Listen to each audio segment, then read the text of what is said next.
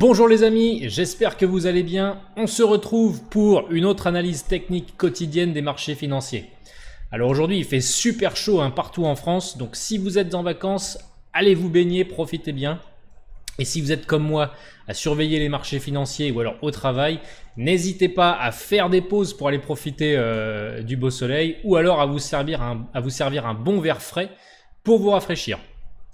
On commence comme d'habitude par une analyse sur le Bitcoin. Donc je vous disais hier qu'on gardait toujours un biais baissier tant qu'on est sous cette résistance des 7700 à 7900 dollars et que le premier objectif pour les vendeurs, ça allait être justement le bas de cette ancienne phase de correction horizontale. Et c'est exactement le scénario qui s'est produit très tôt ce matin. Donc on est venu chercher le bas de la phase de correction horizontale ici et on a pour l'instant rebondi sur les 7250 dollars.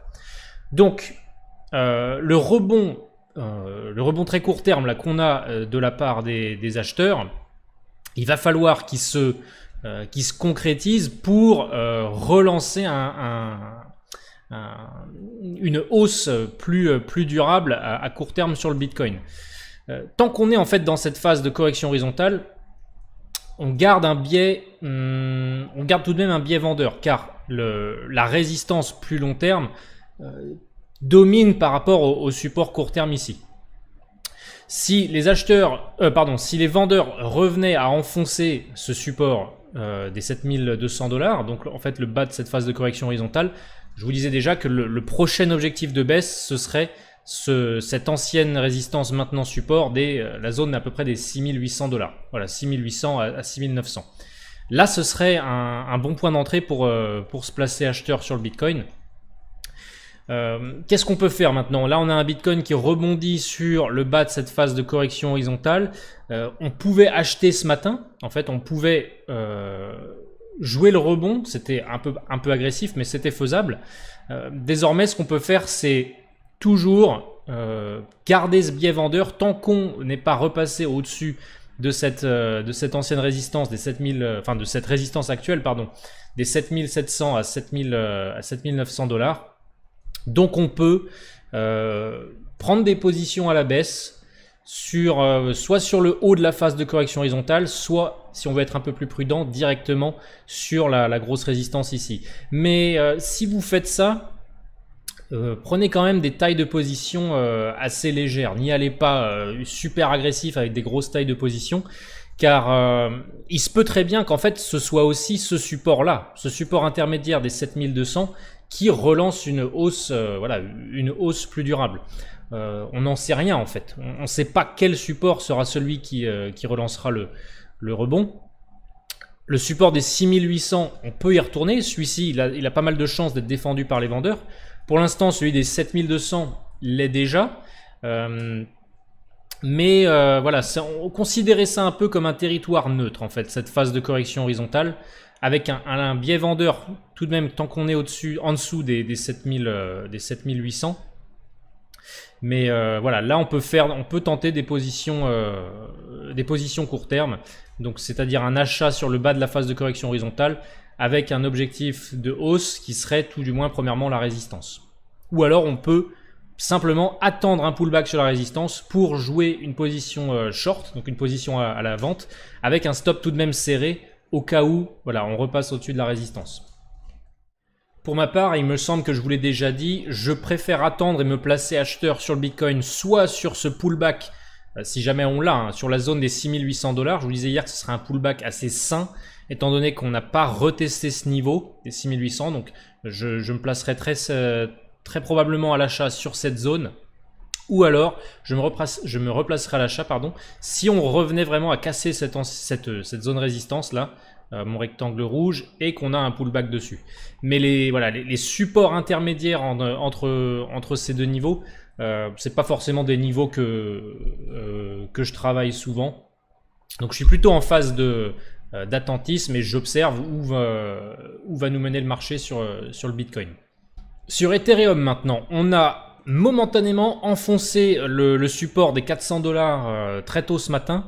Donc en fait c'est surtout sur les plateformes asiatiques que le price action de ce matin s'est fait. on a enfoncé le support et tout de suite, quelques heures après, on a eu un faux breakout. Donc un faux breakout, c'est une fausse cassure. Donc on casse le niveau support, on déclenche des stops, mais aussitôt les acheteurs reprennent la main et nous font repasser au-dessus du niveau. Et pour l'instant, alors il faut savoir déjà qu'un faux breakout, c'est un signal de retournement. Alors pas forcément un retournement très long terme, tout du moins à court terme. Là on avait un signal de vente en cassant ce support, aussitôt invalidé lorsqu'on a un faux breakout. Et ça, un faux breakout suite à une cassure de support, c'est un signal bullish, un signal acheteur. Donc voilà, c'est pour ça que pour l'instant on a un rebond qui se matérialise. Donc on a eu ce faux breakout sur Ethereum, mais attention, faut pas non plus s'enflammer et penser qu'on va tout de suite aller rechercher le haut de la zone. Il se peut que ce support soit à nouveau testé par les vendeurs, donc il se peut très bien qu'on revienne tester le support. Là, on pourrait l'acheter étant donné qu'on a eu avant ce signal de faux breakout. Ça, le fait qu'on ait un faux breakout, c'est quand même assez positif sur Ethereum. Donc, on peut se placer à l'achat à nouveau sur sur le niveau support en fait des 403, 404 $, avec un stop serré quand même au cas où les vendeurs cassent à nouveau le support. Donc en fait, ça ferait un stop serré aux alentours, par exemple, des 393 à 394. Car c'est quand même ce scénario qui domine.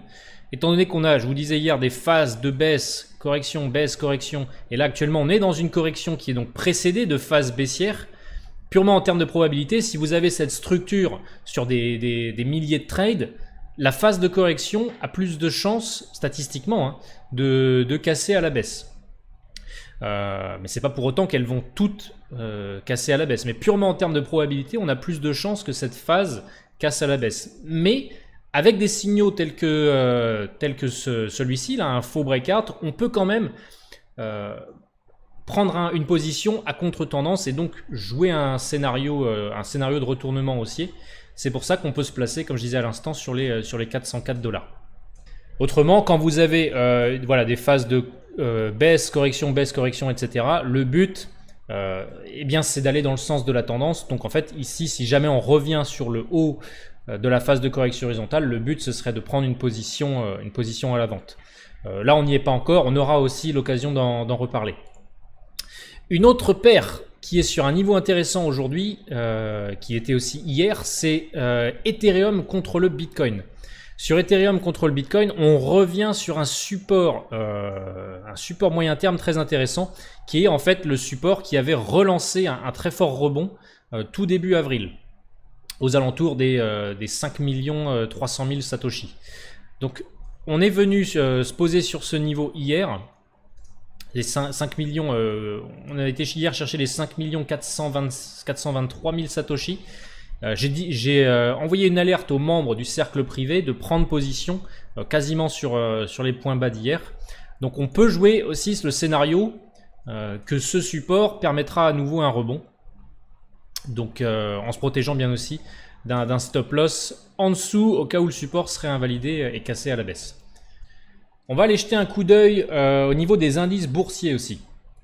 Donc sur le Dow Jones, je vous disais hier qu'on a eu une phase de baisse impulsive début février et que depuis on évolue horizontalement et qu'en fait on a une phase de redistribution de part et d'autre de cette structure horizontale.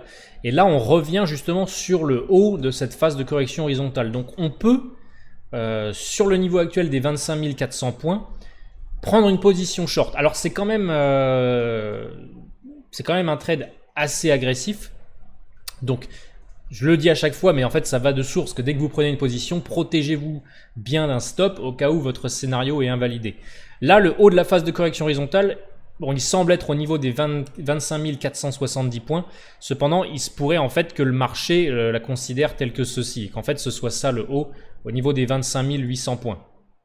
Donc si on se place à la vente sur les niveaux actuels, alors soit vous la jouez plus agressif avec un stop serré, ce qui fait en fait augmenter votre taille de position, mais potentiellement vous ferez gagner plus si le trade est gagnant. Donc soit votre stop, vous le mettez au-dessus de la phase de correction actuelle, donc par exemple au niveau des 25 650 points, soit vous l'élargissez un petit peu plus au-dessus de ce swing high ici, ce qui vous ferait avoir une taille de position un peu moins importante. Donc en fait le but, si on se place à la baisse sur le niveau actuel, eh bien ce serait premièrement d'aller chercher ce swing low ici, des 24 000 points, et ensuite le prochain des 23 370 points. Là aussi, on aura l'occasion d'en reparler, ça va pas se faire en 1 ou 2 jours. Sur le Nasdaq, on avait une structure intéressante et on a eu un faux breakout hier. En fait, en structure, en unité de temps 1 heure, pardon, on avait un point haut historique ici sur le Nasdaq aux alentours des 7300 points, donc qui a lancé des phases de baisse ici et à nouveau ici. Ici, une phase de baisse plus légère. Et lorsqu'il a été cassé à la hausse, voilà, on a eu des pullbacks à plusieurs reprises dessus qui ont relancé des hausses. Dernièrement, on avait impulsivement cassé à la baisse ce niveau et il avait de très grandes chances de faire office de résistance. Hier, on a eu un faux breakout avec la hausse d'Apple en fait qui a tiré le Nasdaq vers le haut. Donc on est repassé au-dessus de ce niveau des 7300 points. Donc désormais, il n'y a pas... Il n'y a pas de signal vendeur sur le Nasdaq, hein, c'est clairement les acheteurs qui ont la main. Donc on peut prendre position à l'achat si jamais on a un pullback à nouveau sur ce support de 7300 points. Néanmoins, il faudrait s'attendre, si jamais il est cassé à la baisse à nouveau, à ce que cette fois-ci les vendeurs reprennent la main et que donc on aille chercher des swing lows tels que ces points bas ici, 7160. Et les précédents points bas ici aux alentours des 7000 points. Donc les scénarios à jouer sur le Nasdaq, c'est se placer acheteur sur les 7300 avec un stop en dessous la zone, et si jamais la zone est cassée à la baisse, là automatiquement changer son biais. Ça c'est très important en trading, hein, de savoir rapidement retourner sa veste lorsqu'un niveau est cassé, car en fait ça nous montre qu'il y a eu que en termes de flux d'ordre, les vendeurs ont repris la main sur les acheteurs ou alors inversement. Donc si ce niveau est cassé sur le Nasdaq, on peut automatiquement reprendre un biais vendeur et du coup shorter tout pullback sur les 7300 points. Là aussi, on aura l'occasion d'en reparler si jamais ce scénario se matérialise.